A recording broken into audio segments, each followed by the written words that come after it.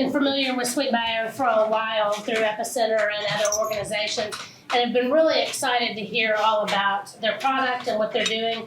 The fact that they're doing it in Memphis when neither of them grew up in Memphis, which I think is very exciting, and thank you for doing it here and staying here. The product is, I'm going to give you just a very brief, and then I'm going to let them tell you about it. But Kayla and Isaac are actually brother and sister, which I think is also very interesting, and we will discuss that a little bit. I don't know if I could work with my sisters, so I applaud you for that. Of course I could. We're just wonderful. Anyway, their product is for wound care, and it's with collagen and honey. And it started in dermatology with skin care and skin cancer removal. I had Mohs surgery, 27 stitches, they did a pretty good job. You can't see it, but I would have loved to have had your product to hasten the recovery period. So thank y'all so much for doing this. Thank you for being in Memphis, and we can't wait to hear all about your program, your product.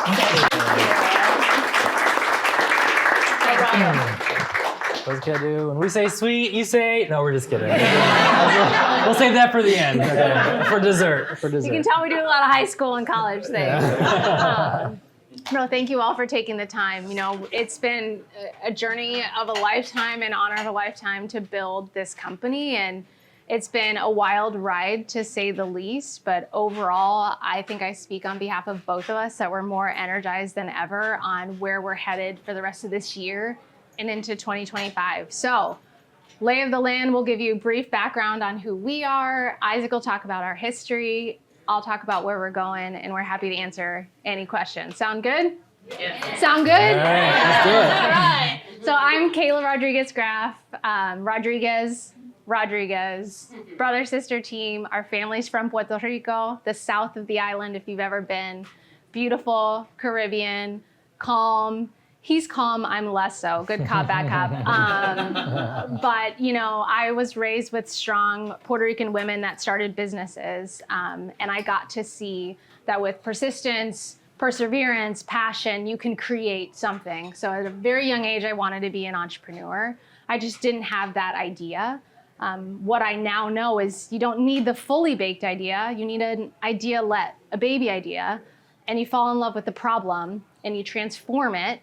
And that's been the story of what we've been building is we fell in love with this problem that wound care hasn't changed in decades. Our great-grandfather passed away. We didn't know him. He passed away because he had a diabetic foot wound that turned into an amputation that ultimately he had a couple months left to live. A few years ago, we met a man here in Memphis named Loro who was being treated downtown and had a hole on his foot. Prognosis was the exact same. Decades later, same prognosis. As we built the company, what we realized was there's a plethora of products. Hundreds of products have been created to solve this problem. It's not an innovation in products problem. It's an access and affordability problem. Those products cost a house to treat. Some of those products cost $20,000 for the same price as ours for one treatment, and you need 6 to 8 of them to get better. So what we did, and Isaac will tell you about that story, is we took a $20,000 technology and we compacted it into a $10 product, which is what we believe. We believe everyone deserves access to better care and that bioengineering enables that to happen. And that's my background. I am a business nerd. I'm even bigger nerd in marketing. I love to chat about commercials and old slogans like a little dabble do ya. Any, Brill Cream nerds in the house. But what I think is fascinating is when you can understand your market and their problems and their friction better than they know it, you can help start solving problems. And when you solve that friction in those problems, you've created value. And the result of that is a sale. And that's how we've approached building this business, is understanding who our customer is, what problems they face, what friction they have, and then we solve it. And so when we started this company 9 years ago, We're almost at the 10-year mark. Just saying. might have aged 30 in the meantime, because I've had 3 kids in the process. But it really was on this concept that this is a huge problem. In my love of marketing, my background being at Target Corporation and mass market, I was able to take something really cool, this collagen and honey material that people knew those words, to solve this problem that we feel to our core, our family feels to our core, and millions across the nation and the world feel this, to not just solve a problem for 1%, but for the 99%. So when we founded the company, Isaac called me up. We joked, let's start a company since our first one's gonna fail anyways. That's the statistics. The truth was my first idea was really bad, so maybe we call that one a failure. And then he said I'd been working on this technology for 3 years, so like lead with that next time. That's where we start.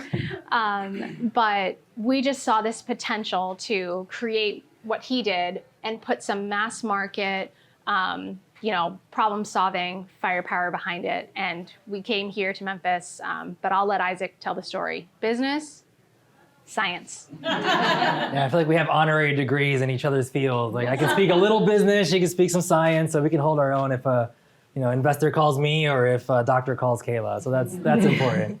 But thank you again for the opportunity. Like Kayla said, we just appreciate you all listening to our story. So many friendly faces in the room. Even if we don't know you, it's still a very friendly face. So we're excited to get to know you. But my background is on the science side. So I did bachelor's, master's, PhD, all in biomedical engineering. I fell in love with designing materials that can help people get better. Whatever, if that's a hip replacement or if that's something that's implantable, dissolves in the body so that your body can take it over and regenerate itself. So I came to the University of Memphis post-PhD as a postdoctoral fellow, a research faculty in the biomedical engineering department. And I literally loaded up my car with my apartment and drove across the state line and never been to Memphis and just set up a life here in 2013. So that was 11 years ago. 2-year position. If I hated it, I'm back to Virginia. If I loved it, 11 years later, I'm still here. So I hope that tells you that I love Memphis and I love what we do. And we had an empty room in the biomedical engineering department, and we had a budget and said, let's just set up a lab. Let's set up a lab to have a tissue engineering experience, to recruit grad students, recruit undergrad students, and let's build the next generation of products that are going to help patients heal in all different types of procedures, whether it's bone regeneration from fractures, ocular tissue engineering, cartilage, vascular, wound. We do all of that at the University of Memphis across the street. So we set up that lab from 2013, 2015, and during that time, a clinician came to the lab, and he was like, I use these products all the time, but I don't like it because one of them is too stiff. So when I cut it and I implant it, something sharp in the body that's implanted is not good. It causes irritation, friction. Another one is it's made out of acidic byproducts. So when it degrades, acid in the body, not good. The other ones are just cost too much. So we're getting all these inputs from the doctor, and for an engineer, that's gold. For a business person, that's also gold, right? That's customer discovery. And we were able to take all those inputs and say, well, I worked on how honey by itself heals wounds. Like a Neosporin, ancient Egyptians used honey to help kill bacteria and to help wounds. So we didn't invent honey. Collagen has been used to help wounds heal. We didn't invent collagen, but the problem that this doctor wanted was to be able to implant it. We started off as a dental company. We quickly realized that the product can be applied in any soft tissue. So in dentistry, you can't just squirt honey in your mouth and hope that your gums regenerate. Like it might taste good, but terrible from a healing side because it just goes away in seconds, into minutes. So how can we take this well-known ingredient that works on the soft tissue like your skin and have it work on the soft tissue in your mouth and your gums? And we wanted to create the first implantable honey product so that you can use it in gums, you can use it in a hernia repair, you can use it in wound care, and it doesn't just drip down after you slather honey on to try to heal your wound, which are true stories we hear from patients. Honey seeping out of bandages. Well, that's unacceptable. It needs to be contained so that it dissolves over time, delivers what it needs to the wound, and then the patients don't have to worry about that inconvenience experience. So we created that product as a lab project, and that's when I called Kayla and said, we have great data. It's showing that cells are loving it, they're attaching to it. We have this clinical need. Is this a company? Like, is this is an idea? There's so many projects that sit on the shelf at a university, and I know that because I've experienced it. but can this be one that we can push out? Is there a business case? So she asked some very key business questions like, can we make it for less than we sell it for? Can we protect our idea locally and internationally? Can we get through the FDA? Like, is this something that's going to cost $30 million in 10 years, or can we get through the FDA in a couple of years? And so all these business questions, like, you know what, this can be, but we don't know how. Like, neither of us has started the company, never mind a medical device company. So that's when we got to know BioWorks back then with 0 to 510. Olaf, I see you in the house taking over 0 to 510 this year. So we went through that medical device accelerator. We also applied to Y Combinator out in California. So that's a story Memphians love us to tell, because that's the #1 accelerator in the entire world, where Dropbox, Airbnb, Reddit, they all came out of there, and we got in as one of the first biotech companies. But they didn't have the biotech infrastructure in California for that program. They were great at tech. Memphis had the biotech infrastructure, so we chose Memphis to start our company and stay here. So we needed that accelerator program, which invested some capital, more importantly, the people, to help us get to where we need to go. So that was in 2015. And fast forward 9 years, we've raised just about $8 million. We have 2 FDA clearances, which are prescription and over-the-counter. We've scaled up manufacturing so we can make as many units as we need to support the demand. We have patents in 17 countries. We've treated probably 500 plus patients to date. We're commercial, we have revenue. So that's why she's saying we are more energized than ever, because it is a grueling experience to go through all of that, to finally be on the other side, to say, like, we are helping patients heal. So I'll turn it back over to Kayla to tell you where we are, but I see several investors and patients, one patient, several investors in the room, so we may do a show and tell a little bit later on that. So, but thanks for listening to our story, because it is a strong Memphis-based one. Yeah. We started as a biotech company that pretty quickly had to turn into regulation experts. And we had to understand, how do we get through the FDA? How do we make sure that we have the broad and focus, right? Because wound care is a really unique industry. And when we think about how we plan our growth trajectory, wound care crosses every site of care and touches every specialty, and there's no degree. It's not a spine doctor. It's not a podiatrist, it's not a dermatologist, they all do wound care. So where is it that we want to own? And our coverage from the FDA, our FDA clearance, has coverage across the entire body for acute, so surgery wounds, all the way to chronic, diabetic wounds, venous leg wounds, to even donor sites we can treat. We have 9 indications. If it is a wound, we can treat it, with the exception of 3rd-degree burns, which is a very unique category. So as a business person, how do we figure out where can we go that we can win? We're small and we're differentiated. Do we want to win on a product? Do we want to win on a process? And so it's been several years of navigating through our market discovery. So once we had the go-ahead, we started testing our product. And what we learned was that we help wounds close twice as fast than the standard of care. We learned that our technology on the benchtop shows 99.99% reduction in bacteria, hurdle #1 for the wound. We saw that we manage inflammation better than anything out there, hurdle 2 for the wound. And we saw that we help the body release growth factors, which helps in regenerating the wound on the back end, hurdle 3. We are the first to have such a comprehensive approach. We say it's like Scott's lawn care, multi-action when you don't know what to treat. Yeah, you use VERIS, which is our title of our product, which means truth, because for us, it was bringing some truth to the industry that needed it. So when we saw this action, it was remarkable, and we tried it on chronic wounds at Regional 1. We did a 43-patient study. The next thing we realized is that we got people better twice as fast, but we didn't get everyone better. And we knew that was going to happen because every wound study has a section of patients that don't get better. So we designed the study with Regional 1 to figure out why. And we saw transportation was an issue, getting back to appointments. Whether that's because you don't have the transportation or you cannot miss work. This is a massive problem for anyone that's suffering with a chronic wound, is I have to get better, I have to be present weekly at these appointments.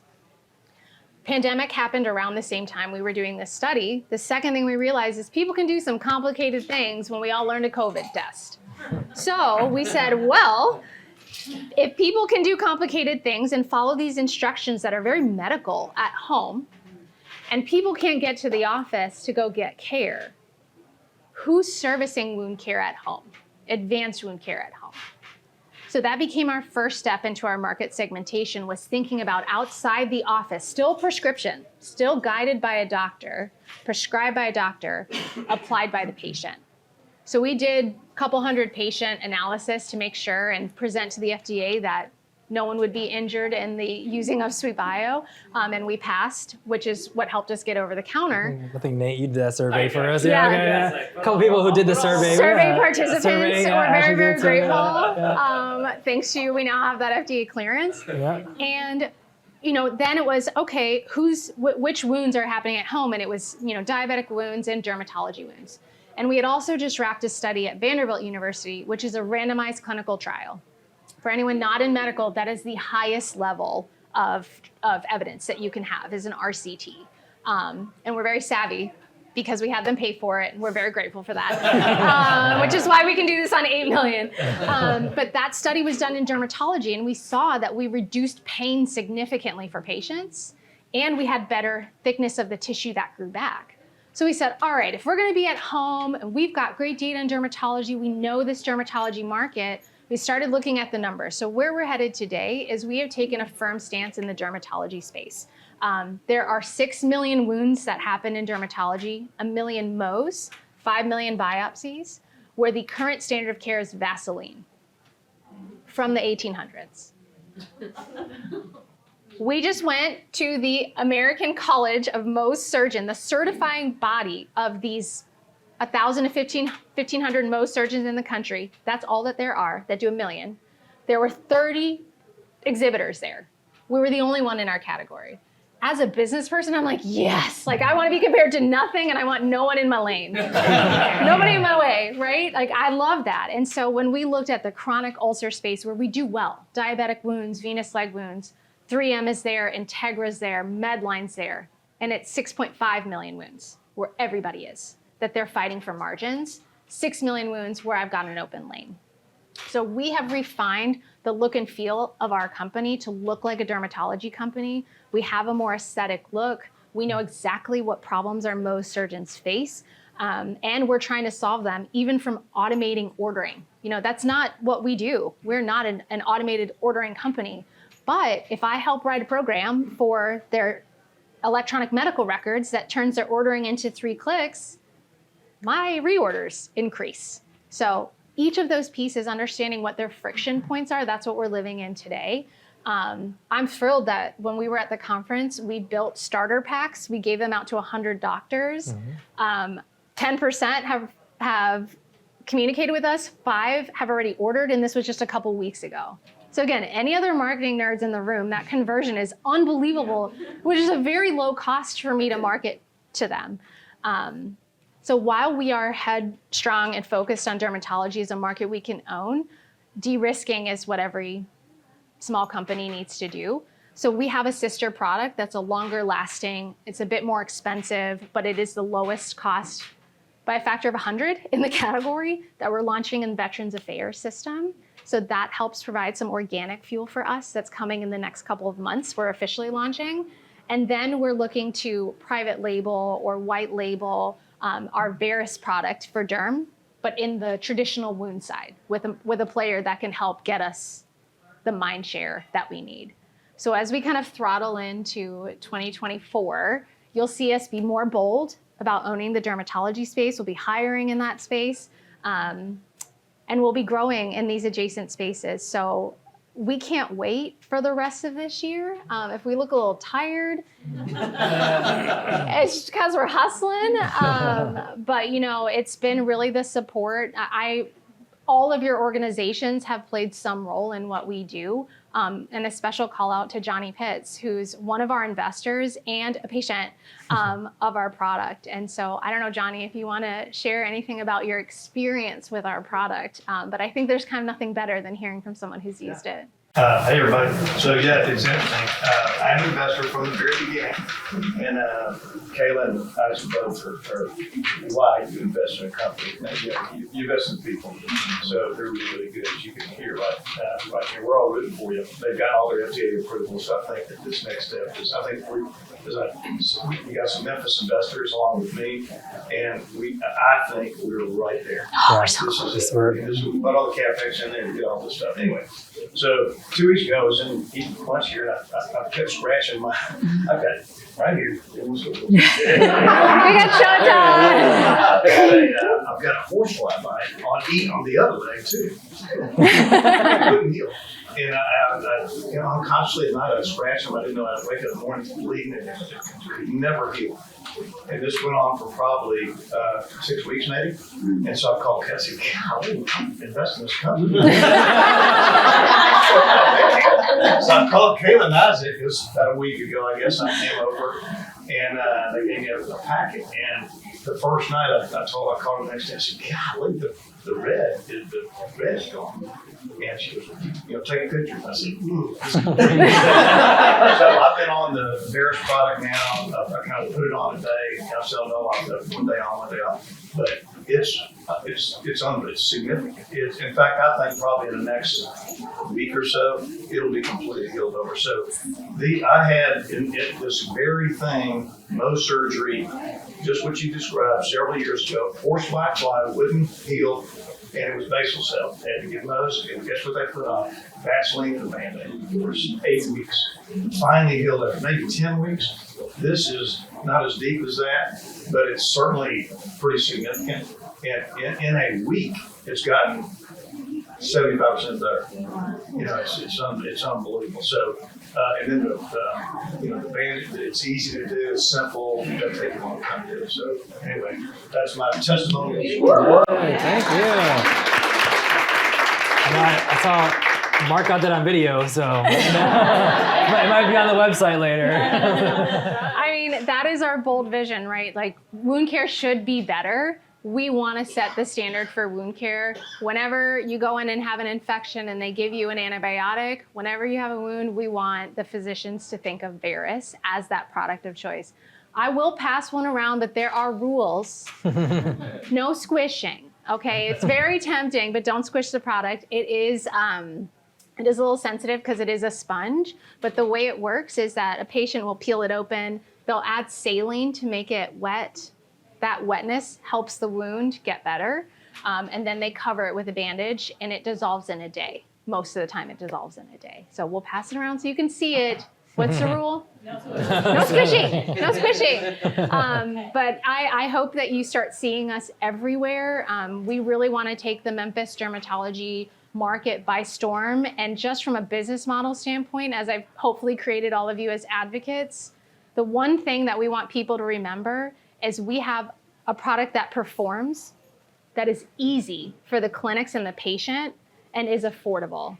It is no cost for a clinic to offer this. They do not pay a cent, and for most patients, it's free of charge. So it works.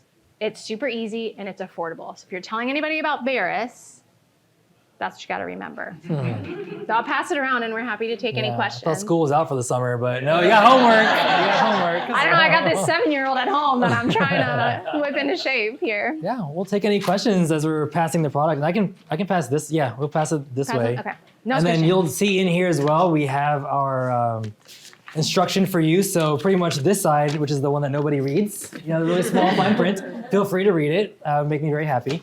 And then here's our COVID test style, where you see more pictures. And if you just follow the pictures, you would be able to apply the product on at home. So, yeah, there we go. And gave us feedback on how to make it better, which is also very welcome. Yeah, I think you all gave us feedback too on the process. So feel free to open up, take a look at it. Not squishy. Yeah. Yes, you described a FDA-approved physician-prescribed product that is used by the patient with the instructions, apparently the package insert. I guess that's what we're looking at. Mm-hmm. Yes. You also described an OTC product. Is that true? Is that out, or will that be coming out?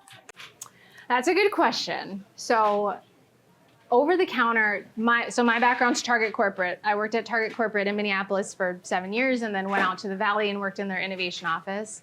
OTC, we had a decision very early on. You could take this type of product OTC right away. You just can't say it, you can't say certain claims, but we could have taken it OTC. Sure. The reason we didn't originally was because we wanted to build fences and barriers and moats. So if we have a physician-backed product where the skin doctors say that this is the best thing since sliced bread, we've got patents and that FDA barrier, then when we do get to OTC, it'll impede competitors, right? That's the vision. When we asked FDA for OTC, we actually didn't think we would get it because they've never cleared this type of product for over-the-counter before, ever. This is the most advanced product they have ever cleared for wound care. The truth is the bandage industry is shrinking. Johnson & Johnson's not investing in bandages. P&G buying Welly. I mean, they've made bandages pretty, but they didn't make them better. There hasn't been an advancement in bandages in a very long time. And when you think about if we put our product on the shelf, are we going to change that? And so as a marketer, I start asking questions about the P's of marketing, the product we have, but is the place right? So I think we need to spend more time saying, do we need to get closer to the point of ouch? Like I joke about having a boo-boo truck at the point of ouch, like at the ballpark, at the Grand Canyon, like I want a boo-boo truck. So it's not available for sale right now because we're not entirely sure what that entire package should look like. And it's not complete. So the product you're seeing is the first layer. Right now, if you had a Mohs surgery and your doctor prescribed, you'd actually get 30 days of this, which has the product, saline to wet it, and a bandage. Because we don't want you to go buy all that. It's very inconvenient friction, right? Let's remove the friction. And then these are dose packs so that every day you open up a new one. We're also trying things like this that are multi-packs because this is a lot of boxes. It's a lot of waste. So there's 15 in here. I think this is getting us closer answers to what we need to do in an OTC. And we're talking to one company right now that does first aid kits and over the counter, and they've got channels into Walmart, Walgreens, et cetera. And so if we go into OTC right now, it would be through a partnership like that. Yeah. Another quick question. Is it quick when I answer? I do understand. Presentation at professional meetings, you've done a lot probably, and are being invited to new ones. Is it dermatology? Is that the primary focus? It sounds like it is, even though emergency medicine may be another. Is that right? Yeah, so dermatology is a good fit because of our product size. The product size you see going around is a 1 inch by 1 inch. That's our hero product. And that works really well up to wounds around a 2 by 2 inch area. Sometimes doctors will say, put 2 pads on in that area because it's dissolving every day. You don't have to cover the wound completely to close it. So our product size, our data and credibility, and the patient. So the acute wound, it's a little cleaner. Dermatology patients are a little bit more affluent, have a little bit more disposable income, can make it to appointments. Those are all the factors as to why dermatology. I think if we looked at emergency medicine, we may look at a different product that could help with hemostasis. So if they're in there because they're bleeding, then that's a new product that we could create. So we don't quite understand the problems yet of the other ones, but we've been getting some feedback that are, we're looking at building a powder version of our product. That would be really It would kind of turn into a putty when it's hydrated, yeah. And the other, on the emergency side, would be the size. So typically if you go into the emergency room, and it may just be a larger wound than what you saw in that package. So we can make them as big as we want to, and we cut them to that size. So as we start exploring other clinical applications, how that reimbursement model is, we can manufacture it in hexagons if we want to stay on brand. We can manufacture in large trays, 20 inch by 20 inch if we wanted. So that's something that we at least have the option to toggle on and off as we explore emergency medicine. Pressure ulcers are another one. Typically those are larger wounds where the product just gets lost. So there are some current wounds where the sizing doesn't fit right now, but can we be there? Absolutely. One thing I have to give kudos to Isaac, our product used to cost us hundreds to make that little product, and the reimbursement per piece is $28. So there's been a 99.9% reduction in our costs, like thanks to the work that he's done. And so as we think about that, now starts to enable us to make these larger sizes, which we're really excited about. Yeah, I saw you. Okay, I have a question. I hope this isn't silly, but I just like what's your relationship like with the bees? Do y'all have your own bees? Besties. Yeah. Queen bee. So there's kind of two parts. If I have my like business hat on and then I have my environmental hat on. On the business side, this much, Isaac, I mean. Yeah, like a glass of water on your table can make 10, 20,000 of our products. So it goes of honey. Of honey. Like if that was a honey jar, it can make about, and I don't know how many millions of revenue. So it goes a very long way. If you look at other honey companies on the market, they're tubes or gels and pastes. So they need barrels of honey. So yeah, we could just order like a little box like this and we're good for 50 million in revenue. That's the business That's hat, the business right? hat, yes. The environmental hat, we've talked a lot about like, we're millennials, we want to do something. And so we have a really close relationship with our supplier. We love the Tom's model. We're trying to figure out how do we support beekeeping and how do we support the bees. But it comes out of New Zealand. There's a flower that they pollinate that's really cool called Manuka. So, yeah. So is it Manuka honey? Yes. It is Manuka honey, medical grade certified Manuka honey. And boy, did the FDA make us test it. What compound in honey, like what makes it so like majestic? It's real. It's not snake oil. Yeah, she's the scientist. You can ask her. Oh yeah, hold on. Let me put my glasses on. Yeah. There's a chemical compound that comes from that flower, the Manuka flower, and there's fields and miles, kilometers, I guess, in New Zealand, and the bees pollinate from that, and they transport this MgO methylglyoxal chemical compound from the flower into the honey. So it was like, sorry bees, you're not the special one. It's the flower that's special. So they bring it into there. And there's also a couple other components that you just don't find anywhere else in the world. So the FDA has recognized Manuka honey as a medicinal agent, and it has to be at a certain grade and above. And the government of New Zealand certifies honey before they export it, or even if they sell it within. So it has to be certified. We have to make sure that the pesticide levels are incorrect, the pollens are removed so that no one has an allergic reaction to pollen, the protein levels are at a good, we have to test all of it that comes in, but honey is the only food that doesn't expire, so it does have a pretty long shelf life. So we can always retest it if we want to after, I think we have a 5 or 6 year shelf life on our honey. Manuka honey. Yes. Well, and when it breaks down. Yeah, when it breaks down, it turns into hydrogen peroxide, so that's another way that it helps kill bacteria. And it has a low pH that's known to also help kill bacteria, control inflammation. The doctors, the dermatologists tell you to put Vaseline on because it's just a thick paste. So if you put any thick paste, you can put like grease on your wound. It won't allow bacteria to get in your wound.